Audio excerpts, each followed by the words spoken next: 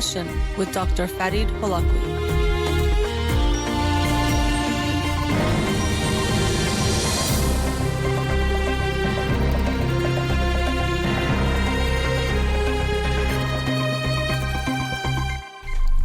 Good afternoon. Welcome to In Session. I'm your host, Dr. Farid Holakouee, and I'll be with you for the next 2 hours here on Radio Hamra. Studio number to call in, 310-441-0555. You can follow me on Twitter or Instagram or like my page on Facebook to get updates on the show or suggest topics or books for the program. And the shows are uploaded at the end of each week to my SoundCloud page and podcast on Spotify and Apple Podcasts. Again, our studio number 310-441-0555. I wanted to start off the show today talking about self-care, and not just self-care, but looking at what we could look at as the other side of the coin of encouraging ourselves. And I'm trying to come up with a concept or a way to phrase the concept. So far, I came up with self-care versus self-carry, meaning carrying yourselves forward or pushing ourselves. But self-carry also can sound like something related to carrying a gun. Here in the United States, there's open carry laws and things like that. So anyway, for now, we'll go with self-care versus self-carry. And I think when we look at our lives, often we're looking for easy rules to follow. Always do this. This is the most important thing.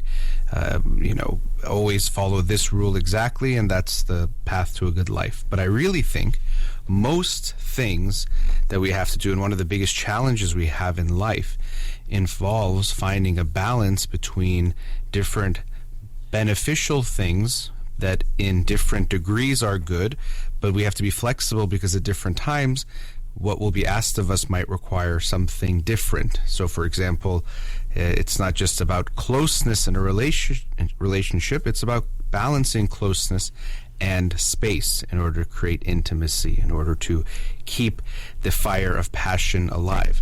Too much closeness and the fire collapses and doesn't get enough oxygen. Not enough closeness and there's no heat to keep the fire going. You have to find a balance. So if we want an easy rule, there isn't one. And not only is it not an easy rule, it's a constant balancing act, meaning that you're not just done. We've achieved the balance of closeness and space. No, you're two living, breathing people, and your relationship also is going to be living, breathing thing. So things will change. And so you might be in a good balance right now, but kind of like someone walking on a tightrope, which with each step you have to make sure you maintain that balance. And if you lose your focus, you can fall off. And so similarly, your relationship, for example, might fall off. So the reason why I wanted to talk about this today was the book I discussed on Monday's show, which I highly recommend, Why We Sleep by Matthew Walker, really brings to light how important sleep is. So the title says Why We Sleep, which is what it does discuss about why, and we don't really have a perfect answer for that. But it's also about what happens when we don't sleep or what happens when we get enough sleep and all the incredible health benefits that we get when we do get enough sleep and all the ways we can suffer physically in essentially every organ and part of the body and system of the body, and also mentally and emotionally, and in our development when we're growing, but also for the rest of our lives, our brain development and health and maintenance, if we don't get enough sleep, how damaging it can be. And so I did take that to heart, and I shared this on Monday that I at times think I don't give enough emphasis to how much sleep I'm getting, or can be very inconsistent with that. And reading this book was definitely remotivating of making sure I prioritize sleep and how beneficial it can be when you do get enough. And also that sometimes people think, well, I'm okay with the amount I sleep, and it might be true, but at times we adjust to something and we don't realize it can be much better. Or you could think, well, you might be okay, but imagine how much better you would be if you were getting enough sleep or getting more sleep. That can make a big difference in how you feel, also in ways you might not realize. He also shares in that book some research where people can't determine or are bad at estimating the hindrance in their performance or how they're doing based on sleep deprivation. So you might think you're okay or performing at a high level, but you don't realize the deficits that are being caused by lack of sleep. And again, that you actually might do better if you sleep more. And so this did encourage me, as I was saying, to focus on my sleep, make sure I'm getting enough sleep and more sleep. And I highly encourage anyone listening, one, to get more sleep and to make that a focus and priority and don't think of it as an afterthought. And also to invest in your sleep in various ways. Talk to someone today about getting a new mattress for themselves, and I think that's great. Make sure your bed is comfortable. Make sure you make your room as dark as you can. Pillows, beds, all those things that you can make comfortable. Go ahead and do that, because it's really one of those investments that returns favorably because of how significant our sleep is to our well-being. And when you consider if you're getting enough sleep, you should be in bed about 8 hours a night. That's about a third of your life that you are in bed. And so it can be smart to invest in making that a comfortable place to be and a place where you sleep well. So as I was thinking of this aspect of sleeping more, this could be considered one of the components of self-care. Make sure you get enough sleep, which I think is very true and very important. And so I think there's been a healthy movement in the world, and you look at things like social media and society in general, of recognizing that at times we live our lives in ways that are not taking care of ourselves, and we can burn out in a professional way, but also personally. We can recognize that we don't feel good physically, emotionally, and so people are recognizing, you know what, I need to take a break at times and make sure I'm taking care of myself and not just focusing on work and the obsession with productivity that we can have at the expense of our own well-being, both physical, mental, and in our relationships as well. So I think this is a very good thing, that we recognize the unhealthy ways we live our lives. We recognize the things that we have accepted in society as normal ways of being that are not normal or healthy at all. While at the same time, I think this is good, there has to be a recognition, and this is what I was talking about, balancing two different components of the same coin in a sense, is that you also need to live a good life, push yourself out of your comfort zone. And when we talk about working hard in a good way, that at times involves pushing ourselves. And this is what I mean by self-carry, that you have to carry yourself forward too. So it's not just that, well, if you're resting and taking breaks, that's good. It is in its correct doses and in healthy forms. But also, we don't want to allow that to make us give in to not trying hard in our own lives. And we can also waste our lives by not putting effort into the things that will be beneficial for us long term. So because we're biological beings, we have a tendency towards doing things that maintain our especially momentary homeostasis. So if you feel a little bit tired, there's going to be a strong pull towards resting. And this is where I'm saying it gets blurry, because sometimes we really have to make sure we get that rest. It is important to get enough sleep, as I was saying. We do need to take breaks at times. But also, it's important for us to push ourselves sometimes through some of those discomforts and pains in order to do better, to achieve more. If you're someone who hasn't exercised for 3 years and you start to exercise, it's going to feel uncomfortable and painful. It's going to feel almost wrong. A lot in your body might be telling you to stop because it doesn't feel good. Although we know that it's going to be good for you long term, in that moment, the pull is going to be towards, let me stop doing this, let me take it easy. And so this is what I mean, that we have to be careful, because if we just think of, well, self-care, it's like, yeah, take a break, don't do that workout because it's making you feel bad. And that could be very dangerous in its own way. If we don't get enough activity, if we don't push ourselves in that way, our body will pay the price in the long run. We'll have momentary comforts, but we will lose in the long-term benefits of what we can do, and we'll pay the cost down the line. So this is where that balance has to come in. And sometimes we could be pushing ourselves, okay, I'm, let's say, exercising or working or doing something, and I need to keep pushing myself, but we might get to a point where it's unhealthy, where we're pushing ourselves too far. So we all have to look at this balance in our own lives of self-care versus self-carry. How much am I making sure I rest and take care of myself, maintain my overall well-being, which also includes things like having fun, relationships, even doing things that feel good, that might be productive in that sense, but also pushing myself out of my comfort zone as well. and there isn't a clear answer. I can tell you that if you feel this, that means it's too much. If you feel that, that means it's too little. You're going to constantly have to reevaluate this within your own life. It's not a set point or a state to achieve, but an ongoing process, which also means we have to take a look at ourselves and what we're doing. Because often we don't, let's say, try something new because it makes us uncomfortable. And we might think, well, this is self-care. I don't feel good doing that. Well, is this, as I always say, the pain of discomfort that is leading to damage or pain that is leading to growth? And in the moment, it won't always feel so clear. In general, our body's going to push us, and our brain will push us towards doing the easier thing, but it's not clear which one it is. You're going to a party and you have a little bit of social anxiety. You're going to feel uncomfortable going to that party. Is it too much? It's hard to say. Sometimes it might overwhelm you and you might not be able to handle it, and it might even set you back because now you're even more anxious to go to the next party because you have a panic attack thinking about going this one or getting yourself there. But at the same time, it could be that if you just say, well, I'm too anxious, I'm going to stay home, you're reinforcing the anxiety. So we have to ask ourselves, where is this balance of self-care versus self-carry? When am I doing something that's actually taking care of myself by resting, or where am I actually preventing myself from growing and achieving things that will feel good? Because when we look at our lives, we have to take care of ourselves in order to keep going, but we also have to make sure we keep going. We're doing something, that we look back on our days, our weeks, our years, and our lives in a way that we feel good about what we've accomplished. So we do have to find a way to push ourselves in ways that won't always feel good in the moment, or often won't feel good in the moment, but leads to something better. We can look back and think, okay, look at how much I've accomplished.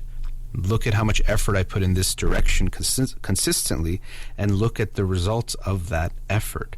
And if we don't do that, I think unfortunately we'll look back on our lives and regret that we didn't do enough. And so it's maintaining ourselves, but also maintaining our goals. And it can be important to keep both of those things in line. So you can ask yourself, where do I fall on this spectrum? Where are areas of my life, because it's not something that's black or white either, or a binary thing of all of your life is one way or the other, but where in my life am I possibly not doing enough self-care, not taking care of myself, not making sure my well-being is in balance or in check? And also, where are areas where I might not be pushing myself enough, that I can do more, but I'm taking the easier, comfortable way out, which is easier in the moment, and I can justify by saying I'm taking care of myself, but really you might be limiting yourself and what you can do and what you achieve in your life. So this came to my mind in thinking about sleep and how important it is that we get enough sleep. And at any age, we still would want to have 8 hours opportunity of sleep, meaning being in bed for 8 hours or trying to get 8 hours of sleep. It is so important. And so I hope we all take that aspect of our life importantly. But of course, we have that 8 hours, but then what we do with the other 16, we want to make sure we fill it in a way that we feel good about too. So we want to do that self-care, but not forget about the self-carry and pushing and encouraging ourselves to do more.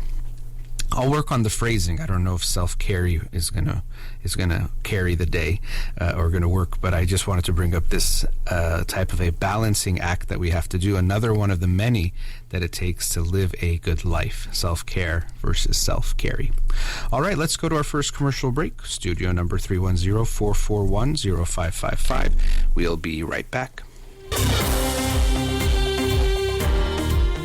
Welcome back. Studio number 310-441-0555. Let's go to a caller. Radio Hamra, you're on the air. Hello? Hello. Hi. Thanks for calling. Hi.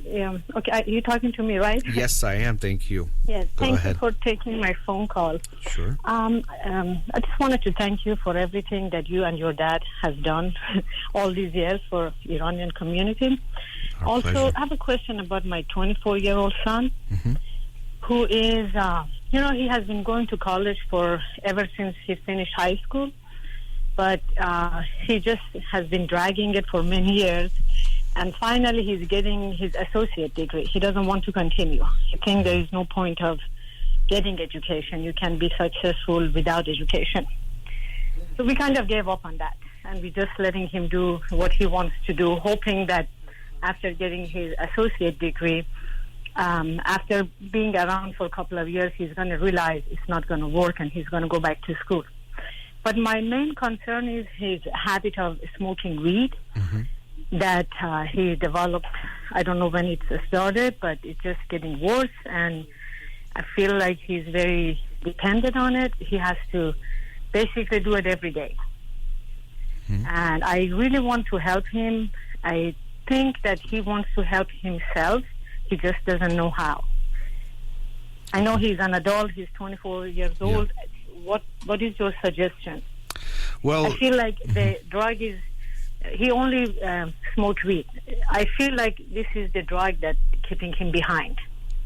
Well, it's possible. These things are always complicated when we try to figure out, is it the drug holding someone back? Is it they're feeling held back and they're turning to the drug because they don't feel good? Usually it's not going to be that black or white either. Some of both might be going on. But my general recommendation is not, unless he says, I want to quit, and that's the most important thing to me, to make this your primary focus in how you relate to him, that it becomes this goal in every interaction, or a big part of your interactions, that I got to get him to stop smoking weed, and that's going to fix the problems. The way you're describing your son, it doesn't seem like weed is the only problem. There seems to be some level of how he sees himself or how he sees his own abilities, and those issues might be more at hand than if we get rid of the marijuana, he's all of a sudden going to flourish and life is going to be really good for him. So I wouldn't make it a big focus, because, well, as I said, if he really wants it, you can support him in that. That's one thing. But to in any way impose it on him or put a pressure on him, usually you won't change the behavior anyway, and you'll just push him away from you, or you'll make him more likely to either hide it or just do it on his own. So I would take away the primary focus being that, but it's possible.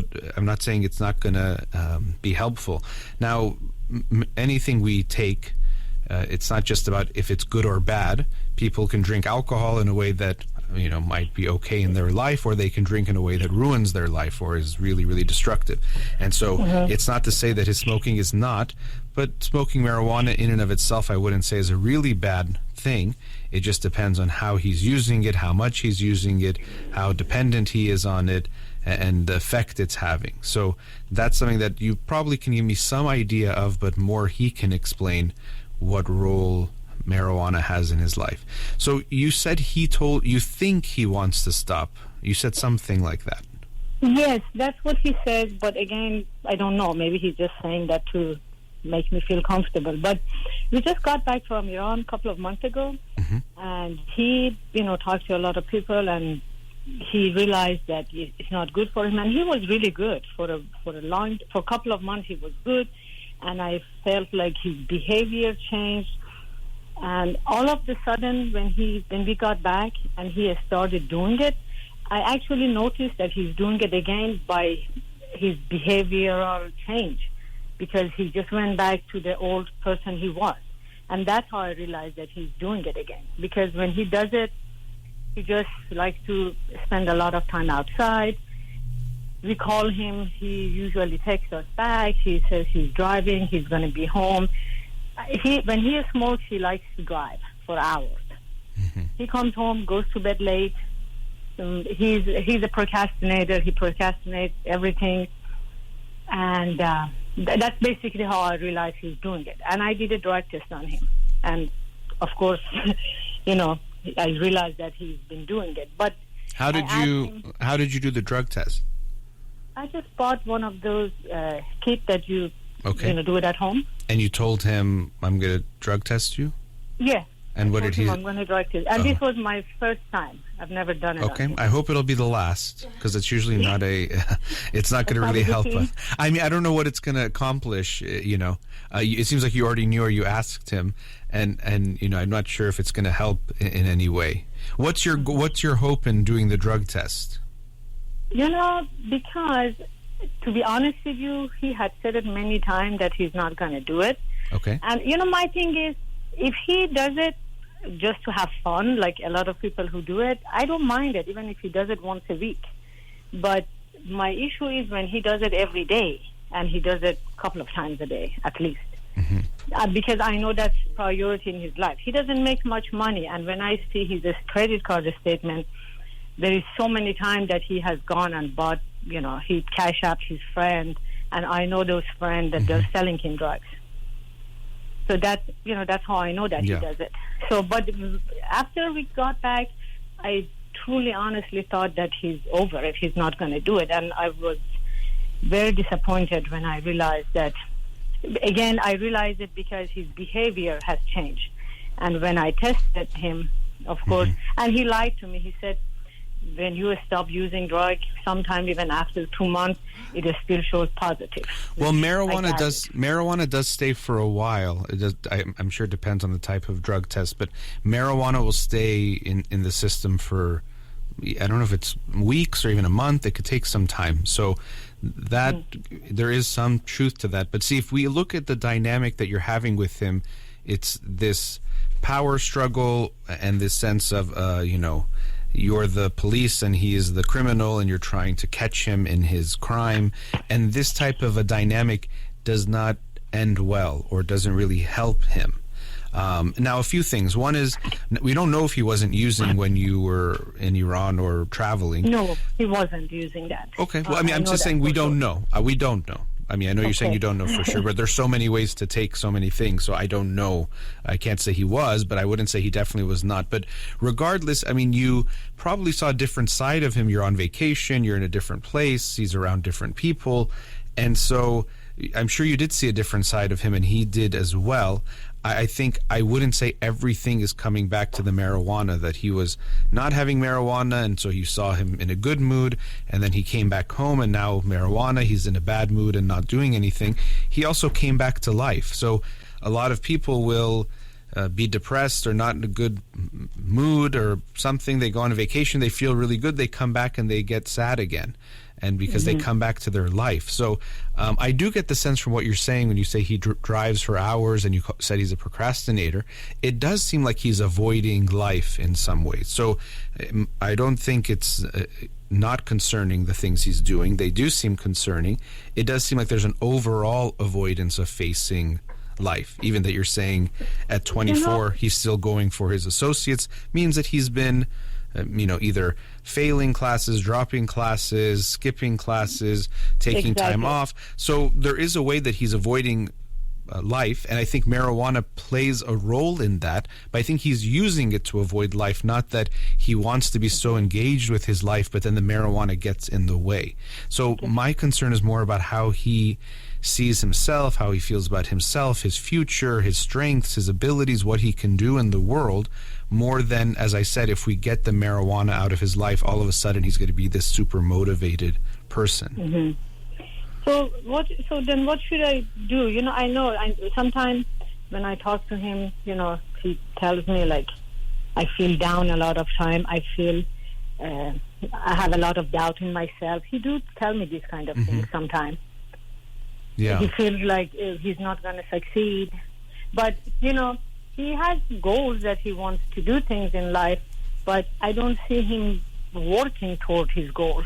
It's just like a dream, like you want to be a movie star, but it's just in your mind, you're not working. Yeah, and you're right, and that's what I am getting the sense. He's staying in his mind a lot, and that's why I think the marijuana, it's not the cause of what he's going through, but he's using it as a means to avoid life, or a way of maybe numbing his feelings or checking out or doing something.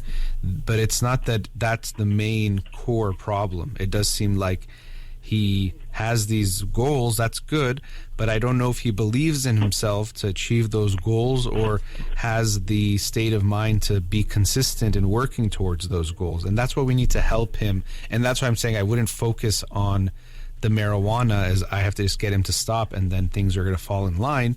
It seems like there's much more going on. And so when he tells you, I'm down or I'm not feeling good, well, first tell me, how do you respond to that when he comes to you and does share that he's not feeling well?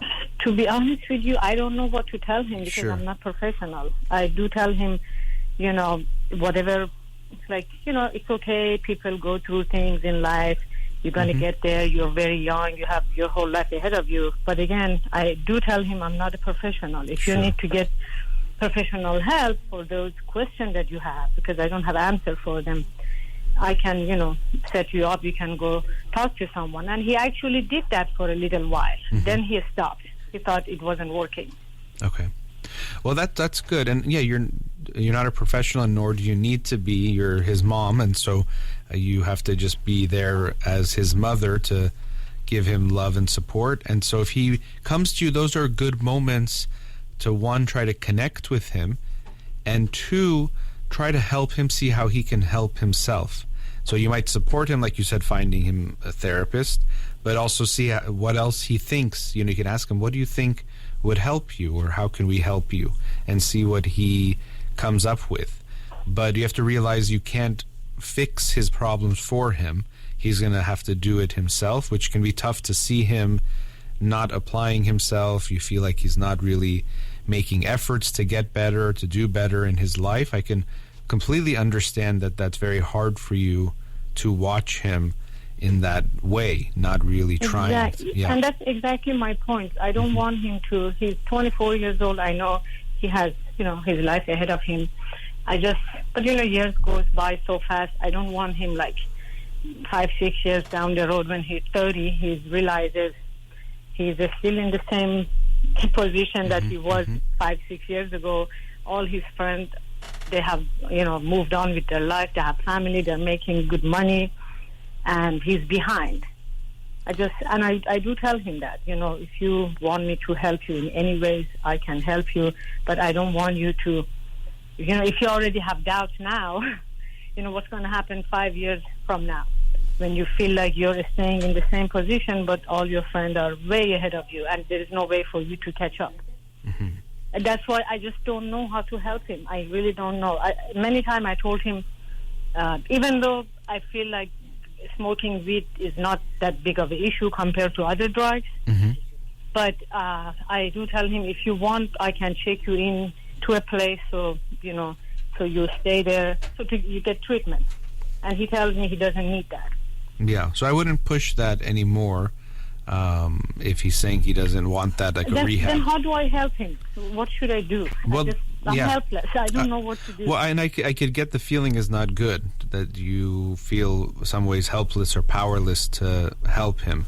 And there are things you are trying and there's things you can do, but as I was saying earlier, we have to recognize that what you can do is limited in a lot of ways, because he's going to have to help himself more than anyone else. So it's not going to be your problem to fix for him. I'm sure you want to and you wish you could, but the reality is that you just can't.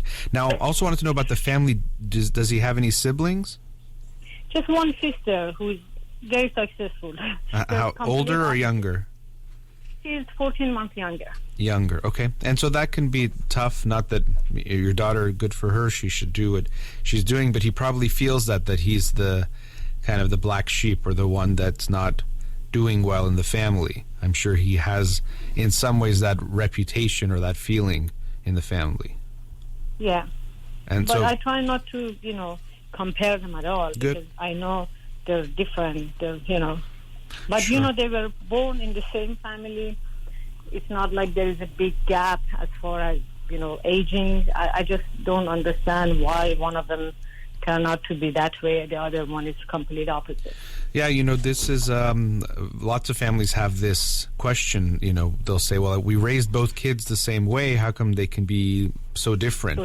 And yes. so, and that's also, when you ask that, obviously how you parent has an impact on your kids, or else I wouldn't talk about it on the show or talk to parents about it. But we also have to be aware that you're not controlling your kids based on how you parent. So it's not that if your daughter is successful, I don't say that's because you were a good mom, and if your daughter was not successful, I don't say it was because you were a bad mom. It's not that clear of a correlation or causality, but it does have an impact, obviously. So I don't want to say nothing you're doing is having an effect. But what we have to also be aware of is that people the way you parent is going to be different based on the kid or that interaction. So if you have an anxious child and you respond in a certain way, they're going to respond differently to the same parenting as a calm child or one who doesn't have a lot of anxiety. So even if you do the same thing, because of the interaction, you might not get the same result. So I wouldn't try to figure out what was it that made this happen. And when you also present it in that way, at times parents can have this feeling of, am I to blame? Am I guilty? And so maybe part of what you're thinking is like, no, look at my daughter. If she's okay and I parented her the same way, it's not about my parenting. In a way, it's almost like there's something with my son that is creating this problem or this issue. And so I don't want us to focus on the blame or the exact cause, because that's not going to get us very far. What we obviously can only do is look at what we can do now, which is what you're trying to figure out for him. So we're at a commercial break, and I do want to share some more thoughts with you and also to hear from you. So I'm going to put you on hold, and then we'll talk a bit after the break, okay? Sure. All right. We'll be right back. Welcome back. Before the break, we're with a caller. Let's go back to them now. Caller, are you still there? Yes. Okay. So we were talking about your son who's 24, and you're worried about him in general not applying himself the way you'd like. He hasn't been doing so well academically, or at least the way you would want him to, and you're very concerned about him smoking marijuana. Now, I wanted to ask you some more about him, because you said he has goals, although you feel like they might be dreams, or they're dreams in the sense that he's not really putting work towards those goals. But what does he say are his goals, or the things he wants to accomplish? He loves to be a film director. Okay. But I don't really see him doing anything. You know, he has been talking about it for years. He does little things here and there, but nothing really. We haven't really seen anything. Mm-hmm. Okay. And as far as you mentioned, he doesn't really make a lot of money, so financially he's dependent on you. Yes, I mean, he had jobs before, but every job he gets, he's like 5-6 months, in the middle of it, and he either doesn't like it or something happens, or And this job that he has now, he just got it. So we're going to see how long this one is going to last. Okay, and then his sister does not live at home, or she lives at home too? No, they both live at home. Okay. Yeah. What's their relationship like? I'm sorry? What's their relationship, the brother and sister? They have very good relationship. They have same friend that they share because they went to same high school. Mm-hmm. But that's my daughter's concern too. A lot of time, both of us sit down and talk about him, like, why doesn't he get it? Like, life is, more serious than that. He's just, taking it too easy. And I wanted to ask you, could this be hereditary? Because my husband's family, his father, he was a heavy opium user, and so is all of his brothers. And my husband does it occasionally. And my husband also smoked weed. Okay. So it's kind of hard to tell my son not to do something when I see my husband do it. Well, that's true. And when he sees him do it, and there is a heredity. I mean, human beings use substances, so all humans have a tendency for it. But some people can be more prone towards addiction. There is something there genetically, so it's possible that there's a genetic component here at play. I would also wonder, when we're looking at genetics and what has been inherited, from a mental health standpoint, for you and your husband and also family background, is there depression, anxiety? What do you see both in yourselves but also in your families? I'm not so sure about my husband's family. Mainly what I saw, the guys in my husband's family, they're all drug users, still do. And in my family, they don't do anything like that. But on my mom's side, my cousins, they are like, what do you call it? Waswas? Like obsessive, yeah. That'd be obsessive, OCD? So maybe OCD, yeah. Okay. Yeah, they're OCD.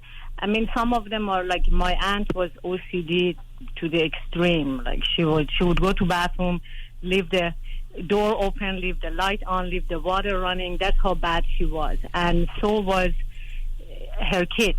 They were like that. Okay. So there's some anxiety from your side, at least, and depression and anxiety tend to be very related and inherited in that way as well. From your husband's side, you see a lot of at least substance use, possibly addiction on that side.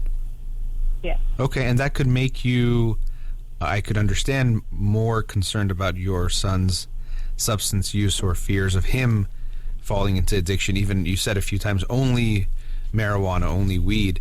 I'm not sure if that's because you're concerned he might go into something heavier, more serious. Exactly. Okay, yeah, I can understand that concern. So he could be prone to addiction. That's something that could be troubling. As I mentioned, and I think you're aware, it seems like he's avoiding life and he's living in a fantasy world in some ways. And so one thing you can consider is, since you're financially providing for him, it can be okay to have some expectations from him that you talk about with him. And I don't know if there's any way that he financially either contributes or is responsible for himself, or you mentioned his spending and he's transferring money to friends. Are there any expectations from him financially?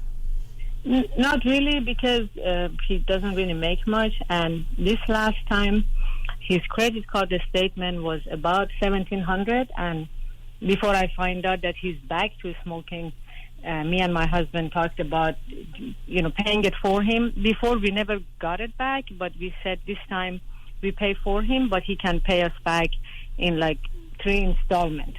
But when I find out that he was smoking, I said no. So because I make both of my kids to pay their statement balance every time. This is a habit that we have. That's good. So we never carry a balance. Mm-hmm.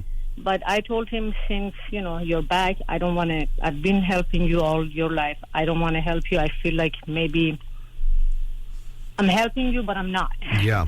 I said, I'm just going to let you just pay the minimum balance, which was, minimum due, which was $25. Mm-hmm. I said, once you're established in your job, then you can pay off the whole balance in a few months. So I'm not going to help you anymore this way.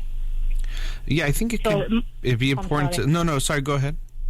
My daughter actually was telling me, you have to kick him out. So I know this is not in our culture, but sometimes I really thought about it. Like in my heart, I don't want to do it, but I feel like if I tell him, you're smoking weed, you don't want to really do anything, and he tend to be a little lazy as well. Just, if you really like your friend who gives you drugs, then go live with them. Mm-hmm. You think is that a good idea or no? Well, these things, I'm not going to give you a direct recommendation, and especially not just to kick him out now.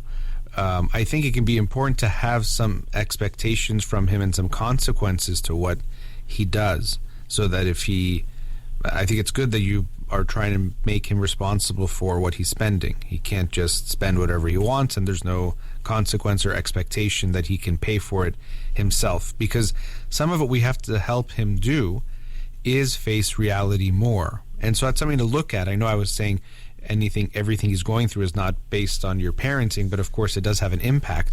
So we want to see, how much are you enabling him to avoid facing the reality of life, of having responsibility, of having to work, to take care of things, that if you want to buy certain things, you have to do something for that. You can't just say, I want it, so I get it. So even in a financial sense, I would want to make some more boundaries with him. And it's not a black and white thing. Either you kick him out or do things exactly the same way. I think it's important to slowly increase the ways that he is responsible for things, or the responsibilities he has to have in the home, in a variety of ways, including the financial. Mm-hmm. But if I, for example, if I tell him you have to contribute $200 monthly, mm-hmm. for example, do I have to make my daughter to do that too? Well, that's another thing, and I was thinking about that. You have to be aware of not creating a double standard, that he'll feel that, well, why do I have to do it, and it'll feel unfair, and it'll feel another way of making him different than her. That's something to consider. So maybe you can even have a family meeting, and whatever you come up with, what will likely be better is to come up with it with him. So rather than one day you show up at his door and say you have to pay $300 a month rent, I think it'll be better to have a conversation with him that, as you're getting older, we think it's good to encourage you to be part of the household, supporting the household, taking care of yourself more, and then asking him what he thinks, and then what he wants to do or what he thinks is reasonable as far as an expectation goes from him. Because we have to be aware of not contributing too much to this unreality he's living in this fantasy world, that I get the sense he's avoiding life, and we have to do our best not to contribute to that he can just stay in that fantasy and everything is okay. He needs to face some consequences of things. Yeah. So avoiding life, is that a condition? Like, does it have a name? No, there's no, and I wouldn't be so worried about the specific diagnosis, but there's a way. We all avoid life in some ways. Some people do it more than others, where they stay in a fantasy world rather than facing the real world more. And we're all doing it to different degrees. People use video games, drugs, food, sex, gambling. We do these things of escaping ourselves or escaping our lives. People also daydream. They stay in a fantasy world. They maybe don't use a substance, but they can sit in their room and just for hours imagine I'm famous or I'm rich or I'm this or I'm that, and just stay in that fantasy world. And so some of that can be okay. Sometimes we want to check out for a little bit here and there, as long as it's in balance of facing reality and taking care of ourselves and the responsibilities we have in life.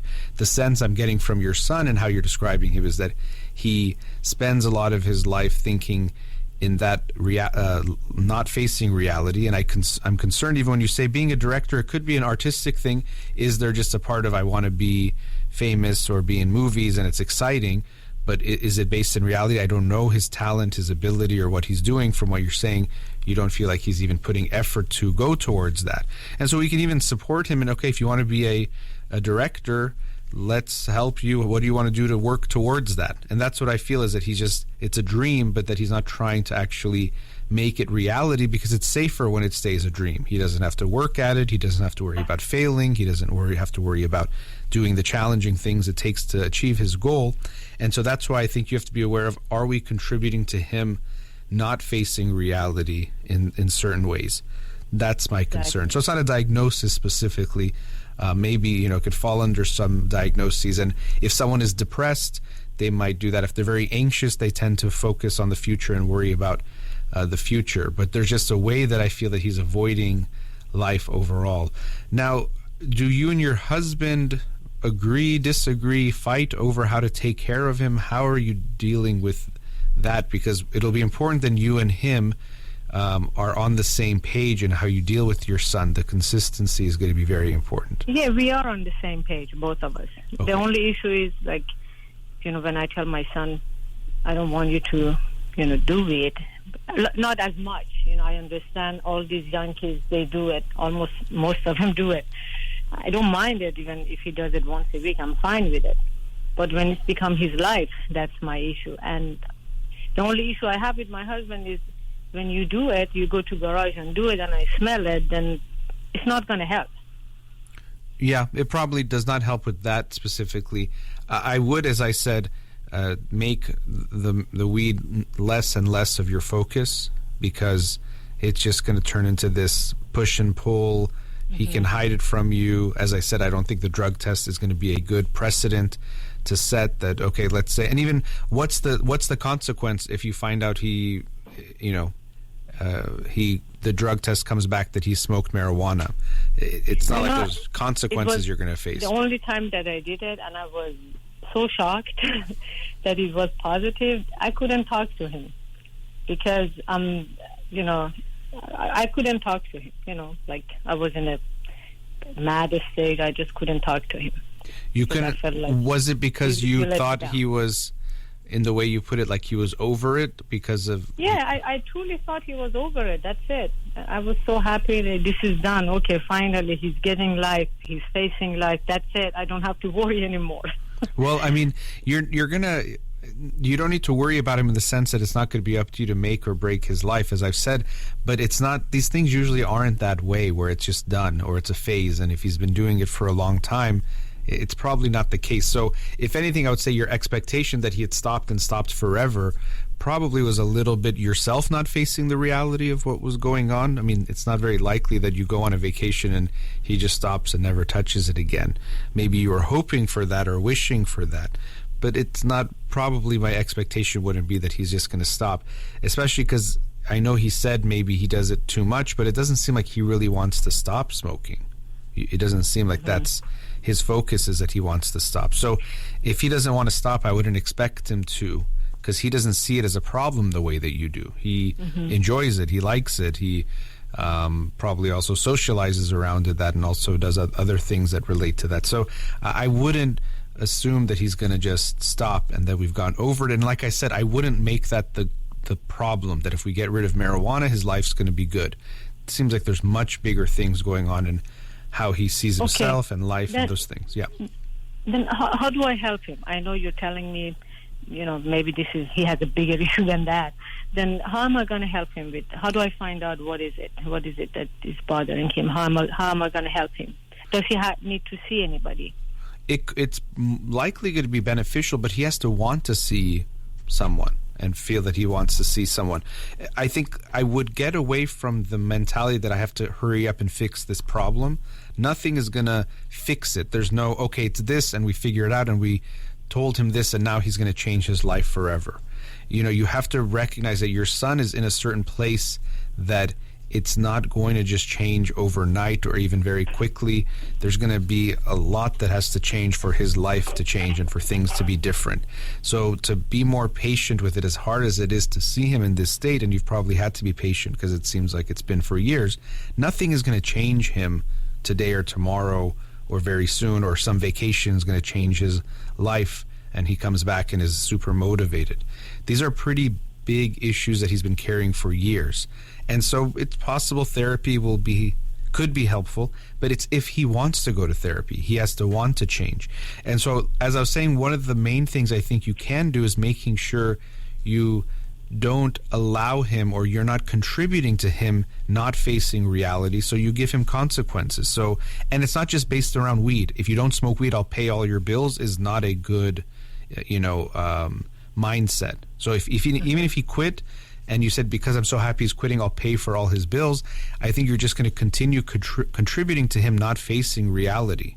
And that's the bigger problem. So weed is less the issue. He might use weed to escape reality, or part of what he does in his process. But to me, it's his lack of facing his own life that's the bigger issue. And it's not something you can just change or fix for him.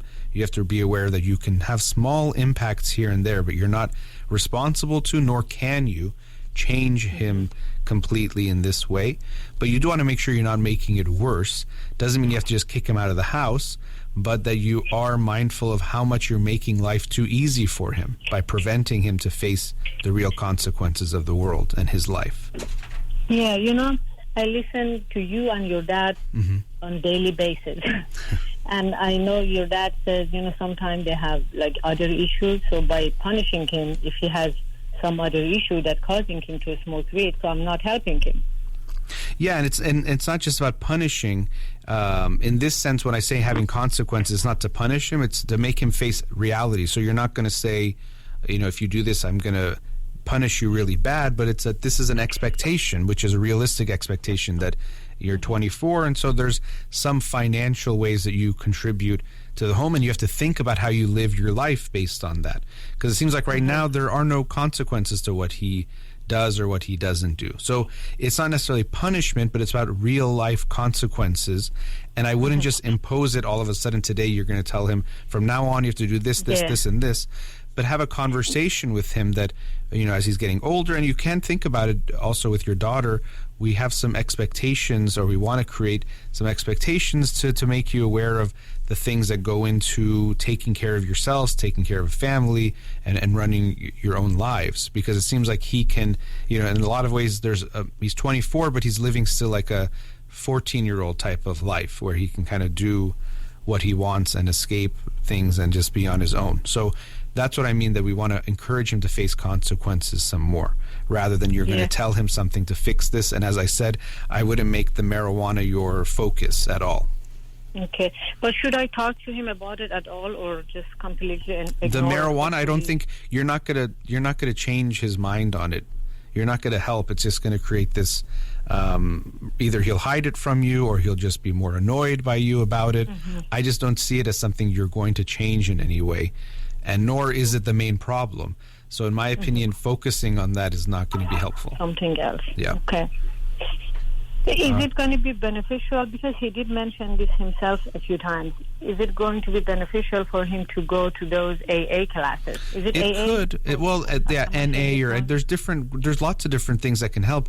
But the thing is, he has to want to make a change. If he says, I want to keep smoking, then no, those classes won't help, or those kinds of groups won't help. He has to really want to. He has to want, and it doesn't seem like he does, so I wouldn't focus on that. It can be part of what's going to help him. Maybe smoking less, maybe stopping smoking can help him. But as I said, I think his bigger issue is that he's not facing life. Lack of responsibility. Yeah. Yep. Okay. Nice talking to you. Wish you all the best. Thank you so much. I truly appreciate My you. pleasure. Have a wonderful day. Take care. You do the same. Thank you. Bye-bye. Bye-bye. All right, let's go to another commercial break. We'll be right back.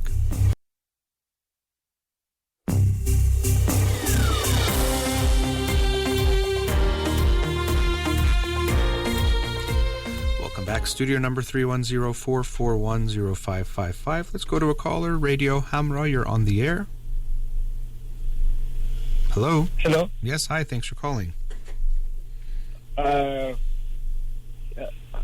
Am I on? I'm not sure. Yes, you're on the air. Oh, okay, great. Hello, Mr. Holakouee, Dr. Holakouee. I'm calling regarding my son. He's 18-year-old. He just turned 18.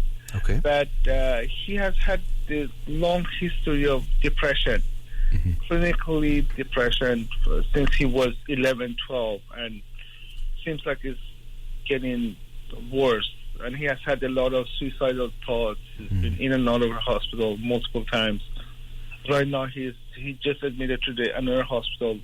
But since he turned 18, it has changed. Now he's treated as an adult. And I'm very concerned about him, and I'm not sure exactly how to, now that he can make a lot of decisions himself. I don't know how to deal with that and how to help him to make the right decision for himself. Sure.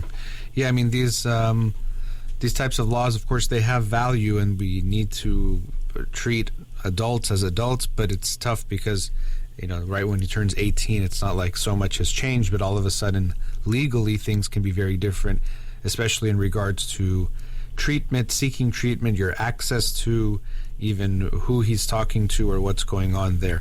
And so if your son's been dealing with depression since 11, 12, it seems clearly like it's something in his brain, something more, like it's not something simple that's going to get easily resolved. He likely will need lots of treatment and will continue to need treatment to deal with what he's going through. So what is he doing right now, as far as, or how is he doing, first of all, when you're saying you think it's getting worse, and then is he getting treatment at this time? He is right now. Actually, about 3-4 nights ago, he was at home, but he was not feeling very well, so we took him to the emergency, and they definitely recommended that he gets admitted to the psych ward. So he is right now in the hospital right now, but he wouldn't stay there. He wants to get out as soon as possible, and he has a lot of suicidal thoughts, and if I'm very sure that if we do not do something about it, he will act on it. He had planned it out before, even finding a location, doing all this stuff, and then fortunately we were found out and we were able to help him or prevent it from happening. He was planning at that time, did he ever attempt? No, he has not attempted yet. Okay. Okay. Tell me a bit about the family. Does he have siblings? Do you live with his mom? What's going on with the family dynamic? Yeah, we have. He has one younger sibling. He's 14, and then I also have an older son. He doesn't live with us, but there are 3 brothers, and they are actually very close. Okay. And then are you and his mother still married, or what's the situation? Yes, okay. We are together. Okay. And so what's your relationship like with your son that we're talking about? Actually, we are very close. Mm-hmm. He does share a lot of thoughts with me, and there has been some reluctancy as he gone older, and but he is very has a lot of dependency to the family. He's really has a hard time being away from us. Even he was in this was a place for about 5 months. It was almost like just for the youth, and they had schools and stuff. But it was away from us for about 300-400 miles, and he was really complaining. And because of the COVID, we couldn't visit him as often as we wanted to. So it was very difficult for him. And then he left, and he was with us for about a month and a half, and then things started falling apart again. And then we ended up in the emergency, and he was admitted to the hospital. Okay. And is he on medication right now? Yes, he is. Okay. The medication can be helpful. Unfortunately, there's no magic pill. But also it can be good to, at times, different medications respond differently to different people. I'm sure you and your wife and him, you've tried a lot of things to help him. Yes, we have. I mean, he has been through multiple different variations, and he had one medication that it caused seizure for him, so we stopped that. And then, but right now he's on 3 different medications. However, he complains that, as far as the depression, all this medication that he's been on is not really helping. And and the other thing that he's really suffering is from the incredibly lack of self-confidence. He's so afraid of everything, and he doesn't like something recently that he's really afraid of going up and down the stairs. He's terrified of escalators. And I used to take him hiking a lot, and he loved it. But now he doesn't even go close to that because he's afraid of falling, or he's afraid of heights. And so he's slowly, or maybe not as slowly, deteriorating into the kind of very self-isolating. He doesn't want to see anybody. And so there seems to be a lot of anxiety there too, a very strong anxiety, and even, I don't know if those are phobias, the things with the stairs and escalators, but some intense anxiety that's making him isolate more. And unfortunately, depression also leads to people isolating themselves, which creates a downward spiral in how they're doing. What else is going on in his life at this time? Let's say academically, did he finish high school? What's going on with him?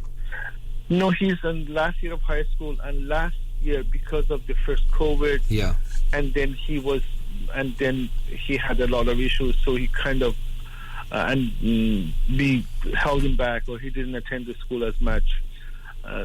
So he is back now he's in the last year of high school, but he only went for 1 week, and now he's back in the hospital. And so I don't know.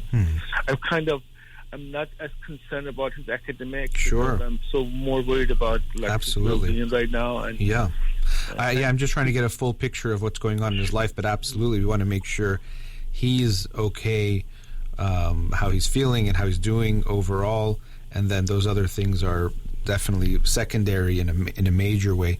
Of course, what can happen though is because of what we do or don't do, that can also affect how we feel. So, when people, let's say, do well in school, that can make them feel good. When they don't do well, that can have an impact. Now, we have to balance that with how he's doing. We're not going to force him to go. But I was just trying to get an idea of, one, what's going on in his life, and also it does give me another insight into how he's doing, that he had to either be held back or take a break from school. Really, as is expected based on how you described him, he's not doing well and how he's feeling. What leading up to this hospitalization, did he say he was suicidal? What led to you taking him to the hospital? So, yeah, basically for 3-4 days, he completely self-isolated himself. He refused to go to school. He refused to eat. He wouldn't come out of his room for almost 48 hours at a time, to the point that I had to go and almost drag him out. So it was, and like he actually has a very good support team of therapists and a psychiatrist, and also I have some individual friends who are psychiatrists. However, with his team, they actually were very concerned, and they contacted me and said things are not going well. Our communication and conversation with him is not going well, and he definitely needs to be hospitalized. Or just so that's how I took him to the emergency, and from there he ended up in the hospital. And you're saying he didn't want to go himself? He didn't want to go himself, and he is constantly right now. Every day that I communicate with him, he says, I want to check out, and I'm going to check out today or tomorrow. And of course, he has every, he can do whatever he wants because he's 18. Well, is he on a 72-hour hold, or what's the... Yes, but the 72 hours has passed. Okay. And where he is, he's actually, they are basically crisis prevention. They don't do any therapies or stuff. Well, and you maybe have had experience with him in the hospital, but generally when you go to a psychiatric hospital, it's more about stabilization than doing deep therapy. When I did a internship at a hospital, actually we were encouraged, or in a way we can say discouraged, to go deep into issues because we didn't want to open things up. So it was more about just stabilizing and getting them back out into the world, and then they would hopefully seek more intensive treatment there. So I'm sure that if they're doing therapy, although I don't know, you're saying it's more of a crisis response rather than a psychiatric hospital, either way they probably aren't going to do deep therapy. It's very challenging, obviously. I'm not telling you something you don't know what you're going through. I'm wondering if his team that you're talking about, have they tried any alternative ways of dealing with his depression? Because clearly his depression is very, very serious, and you've tried many types of things and medications. Have they tried anything considered more alternative or second or third line types of treatment? No, we have not. Okay. And that's something that I'm right now. It's kind of like, because he had a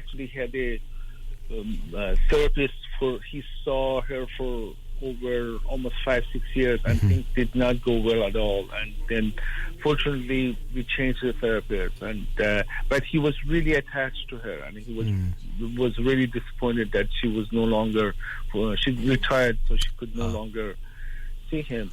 But no, we have not. I'm in such a deep sense of helplessness to how to help this kid that trying to do anything that is logical and is something that has a possibility of helping him. I'm open to it. Yeah. But we haven't done any alternative remedy or treatment for him yet. Okay. Well, I don't have a clear answer for you, but I mean, maybe there's things you've looked at yourself. What I want to do is we're at a commercial break, and I definitely want us to continue our conversation of seeing what other things we can try, and also what else we can talk about your relationship with him or how you relate to him, if there's ways that might be more helpful. But it seems like obviously a very challenging and serious case. So let's go to a commercial break, but we'll talk a bit after, okay? Okay, sure. Thank you. Sure. All right, we'll be right back.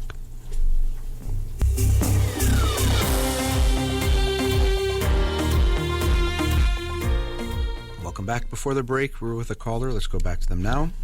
Caller, are you still there? Yes, I'm here. Okay.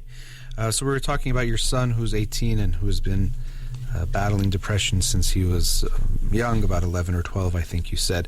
And it's still tough and in some ways getting worse, as you described it yourself. As I mentioned before the break, I asked about what are considered some alternative treatments for depression, because clearly what your son is experiencing is what we sometimes will call treatment-resistant depression. Have they told you that term before, his doctors or people on his team? Yes, I have heard of that, and it's not that he.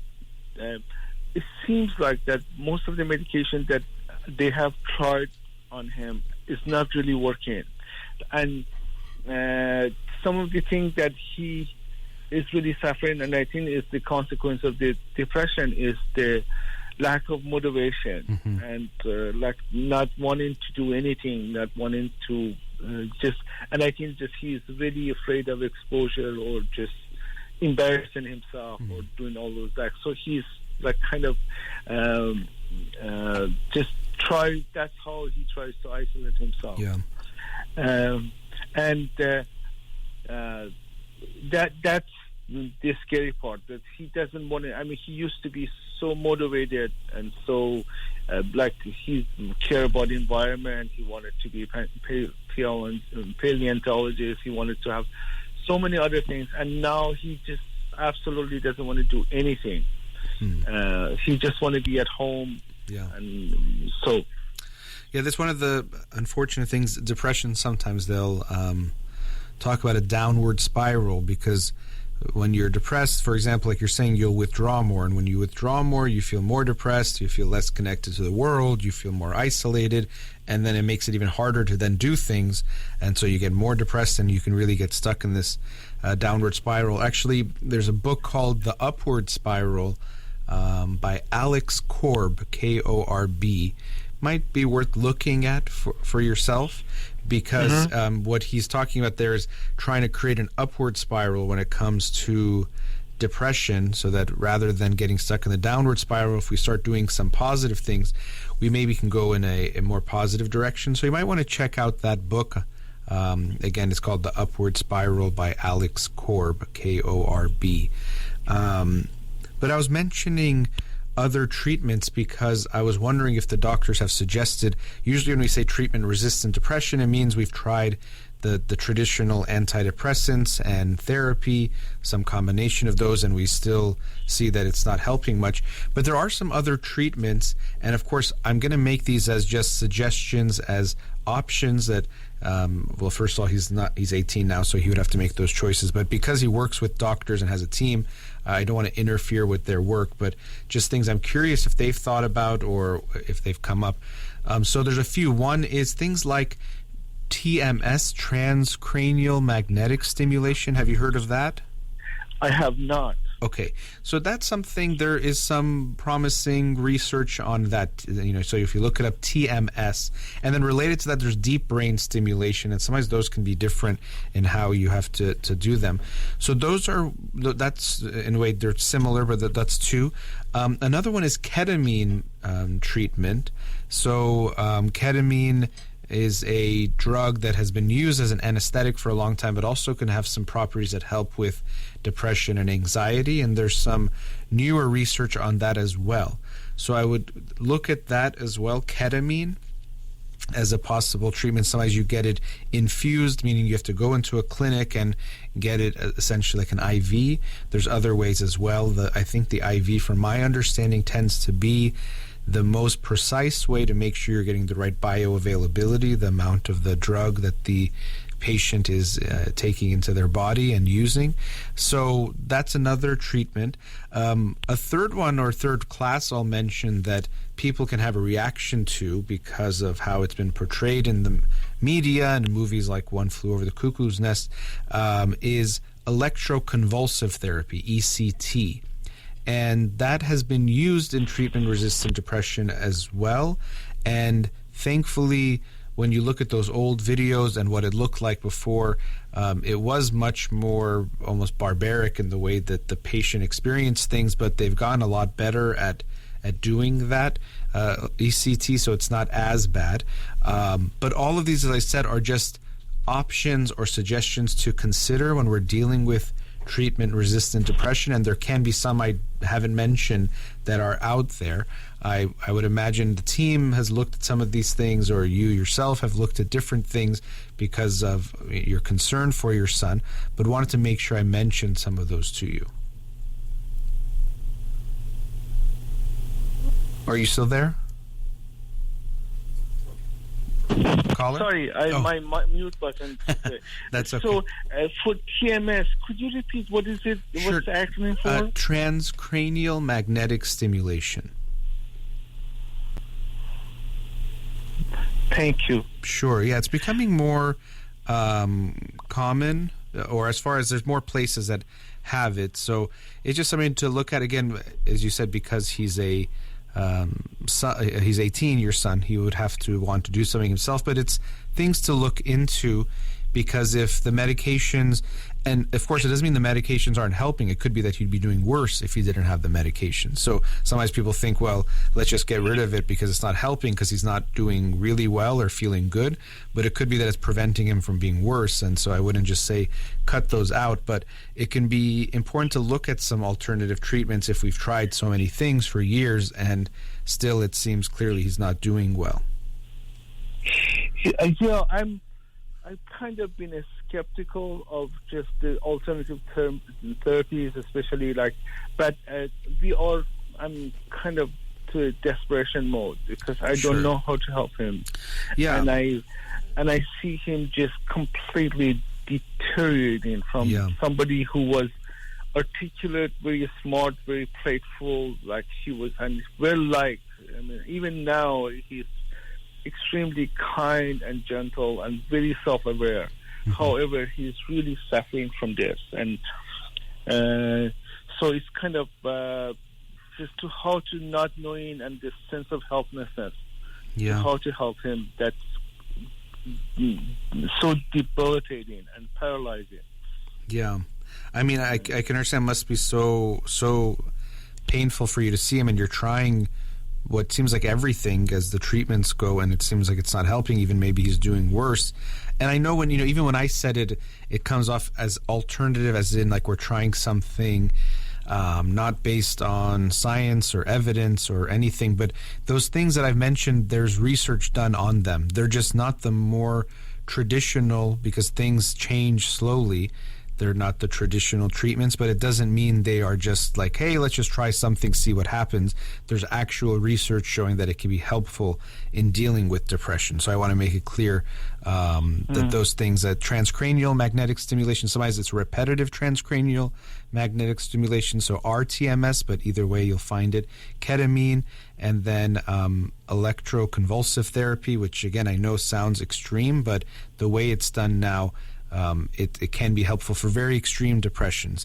Also, there's something called vagus nerve stimulation, VNS, but usually that's also tried after those other ones are tried. So there are these treatments, and as I said, I don't want you to think of them as alternative, like we're trying something random that has no effect, but maybe it'll work, or one person is, some random doctor has this theory. There's real research backing these things up.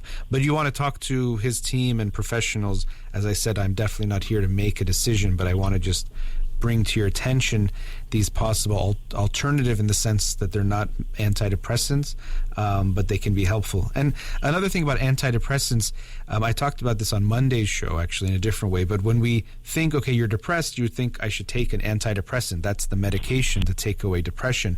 But people who take antidepressants, I forgot the percentage, but most people don't get better on antidepressants. Or it can be helpful, but it's not just something, well, it takes away depression for everyone.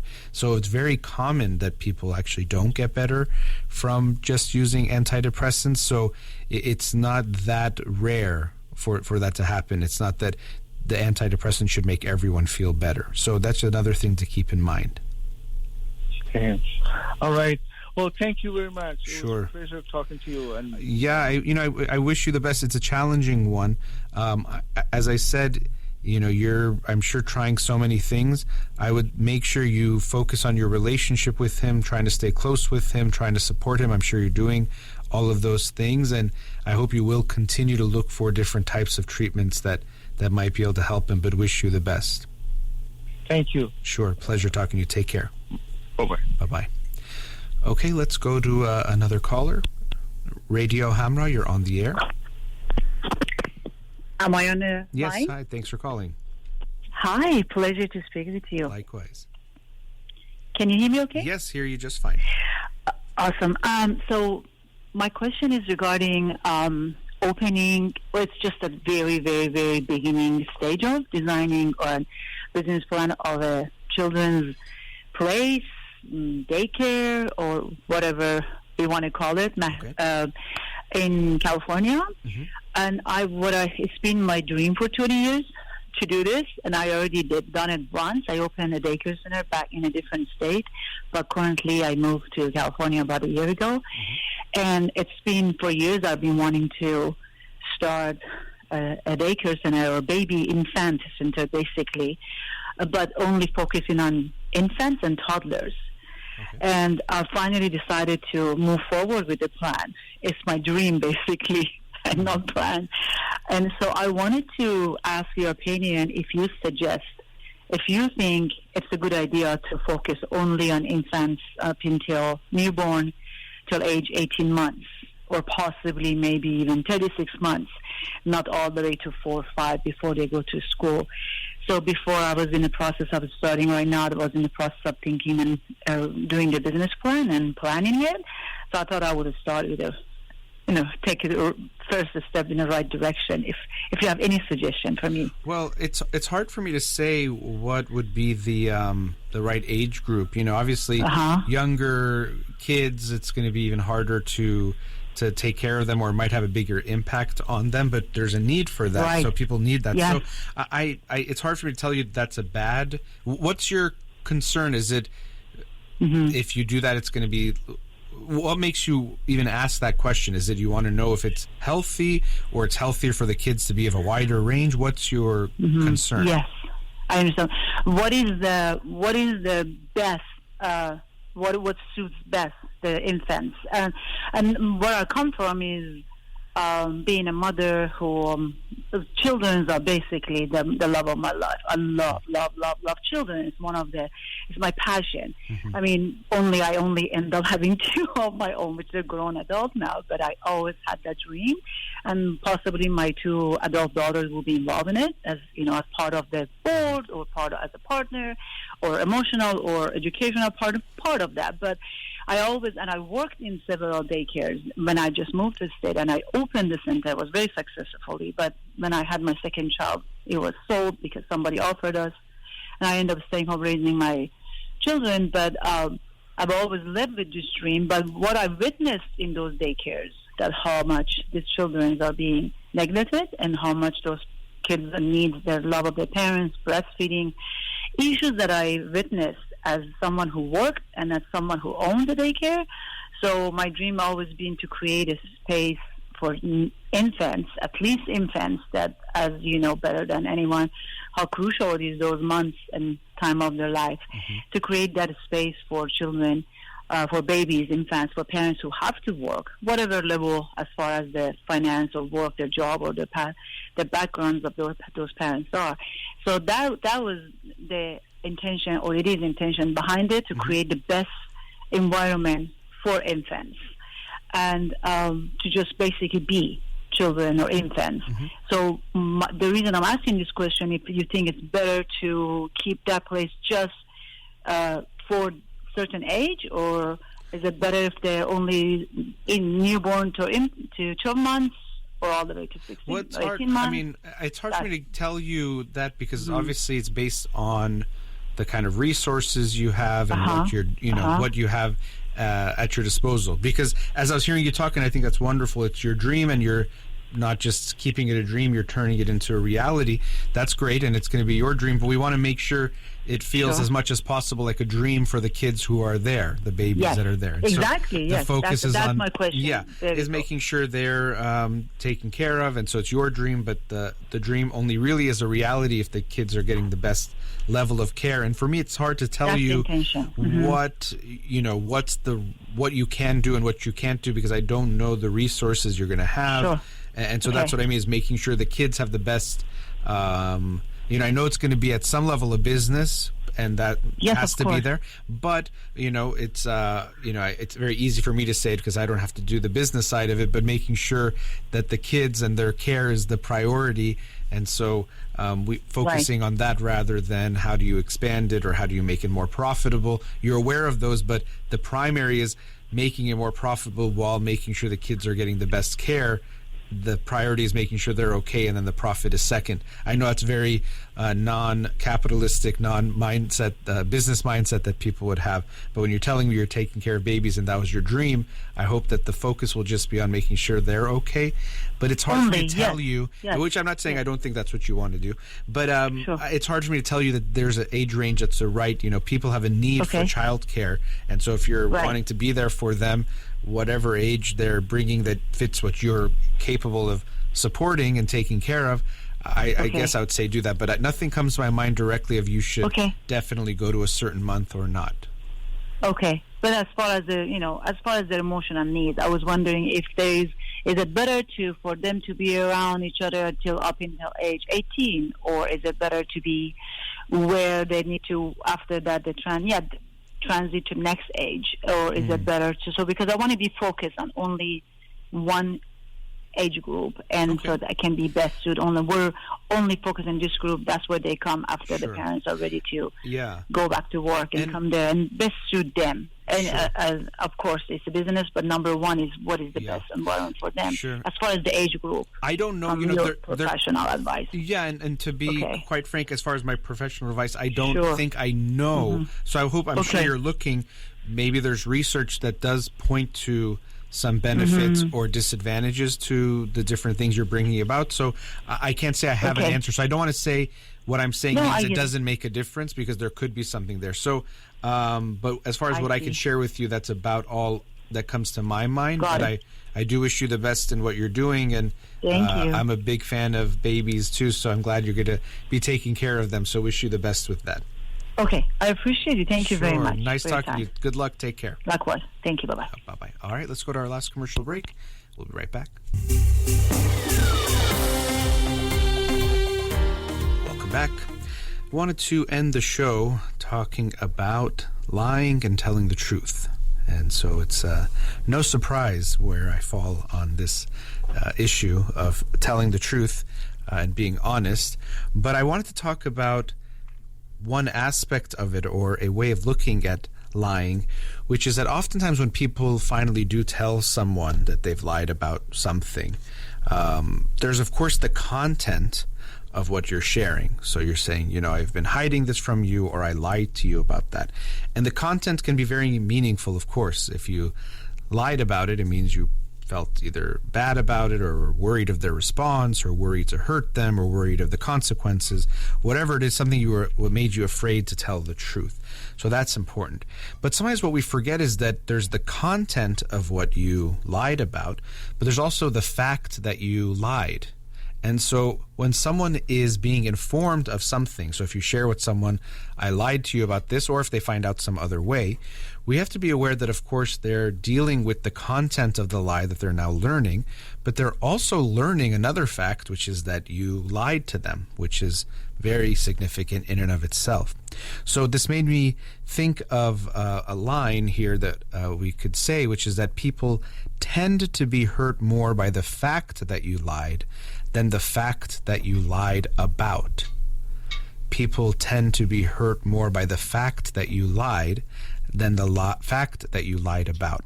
And so, yes, of course, sometimes we lie about something so significant that it's really the thing we lied about, the fact that we lied about that is so huge and can be a bombshell. But oftentimes in relationships, and especially when we're forming relationships, it's the fact that we lie because we lie about small things that can have a bigger impact. And that's also what I wanted to talk about today. So people often, when they're dating, when they first start to date, there could be the sense of course, we're trying to present the best side of ourselves. And so if you're on a dating app, of course, you're going to put the nicest pictures, probably with a filter and Facetune and whatever else you can do, Photoshop, to make yourself look the best, which I already think that can be a form of lying in and of itself. Of course, you're going to put your pictures where you look the best or feel like you look the best, but I would hope you don't do too much where at the end you're kind of like, when the person meets you, they're like, wait, who is this? Because they saw a completely different image in the pictures that you shared. Eventually they're going to have to see you. But overall, even in how we describe ourselves, present ourselves, the ways we talk about our lives, we tend to put on a more favorable face. I think the more realistic you can be, the better, but nonetheless, there's some reality to that when you first meet someone, you're going to present some sides of yourself and the rest will show up a little bit later. And I think some of that is okay, but the issue I have is when people blatantly lie about things. So, for example, people will blatantly lie about their age. They'll be on a dating app and they're actually 35, but they'll put 31 on the dating app. And then this is what I mean by what people oftentimes will experience is they'll be more hurt by the fact that you lie than the fact that you lied about. So I've worked with many people and seen it in my personal life that someone will say, yeah, I found out this guy told me he's 31, but it turns out he's 35. And actually, I would have been okay if he was 35, but now the fact that he lied to me about his age makes it harder for me to trust him, or it creates a trust issue. And so this is where we have to be aware that the fact that we're lying to someone, that itself has an impact too, a huge impact. It's not just what you're lying about and saying something one way or the other. Or I've worked with other couples where they've been in a relationship now for a while, and let's say at the beginning they were dating more than one person before they had committed to the person they're now with, but they were hiding this from the person they were dating. So they said, oh, I'm out with my cousins, and later they found out that actually when the person said they were out with their cousins, they were on a date with someone else. And so when they were not in an exclusive relationship, the person wasn't doing anything wrong. They maybe felt uncomfortable sharing the truth, but instead of saying that uncomfortable truth or somehow just not saying anything, they lied.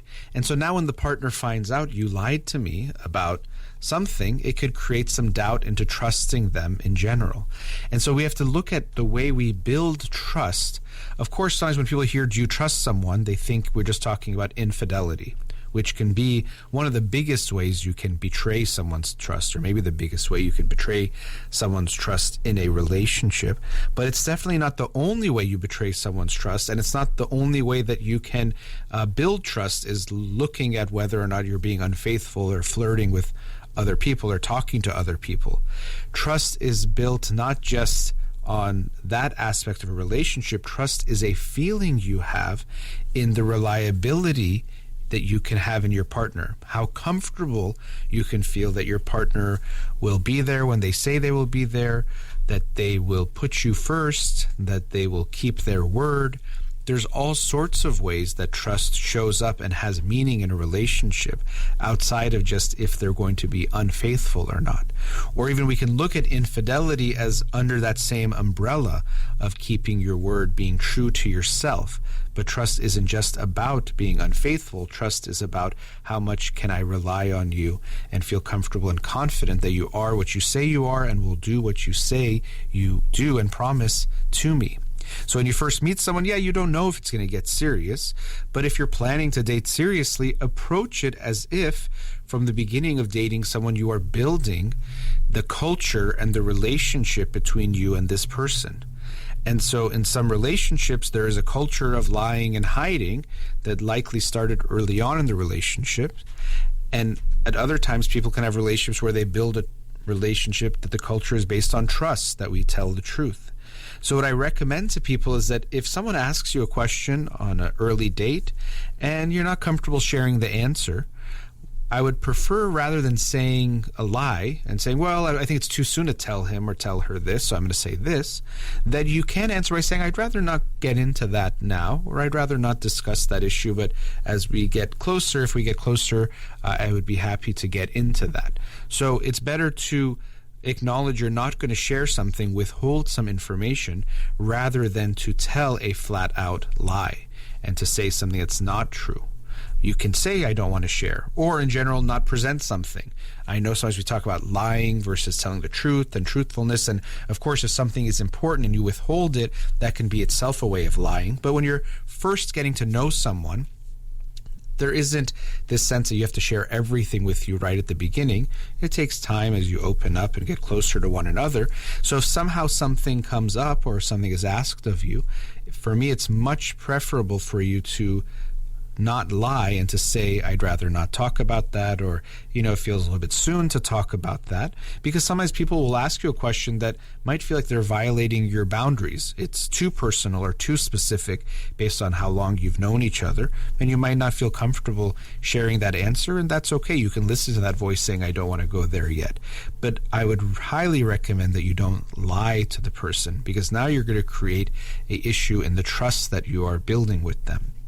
Because trust is something that's built brick by brick, like a wall or like some kind of foundation. Just by saying something like, I'm going to call you at this time, and then following through, that builds trust. And this is another reason, similar to lying, which is maybe a little more extreme, we could say.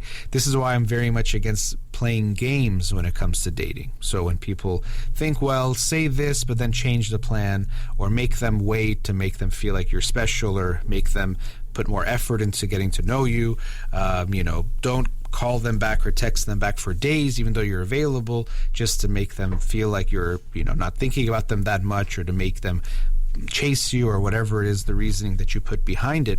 But when we're playing games, it's another way of not being completely honest, because we're not doing what we want to do or what is available to us, and we're also not usually following through with the things that we say. So, I'll call you tomorrow, but I'm not going to call them back tomorrow. I'm going to wait 2 days to make them wait and be anxious about me calling.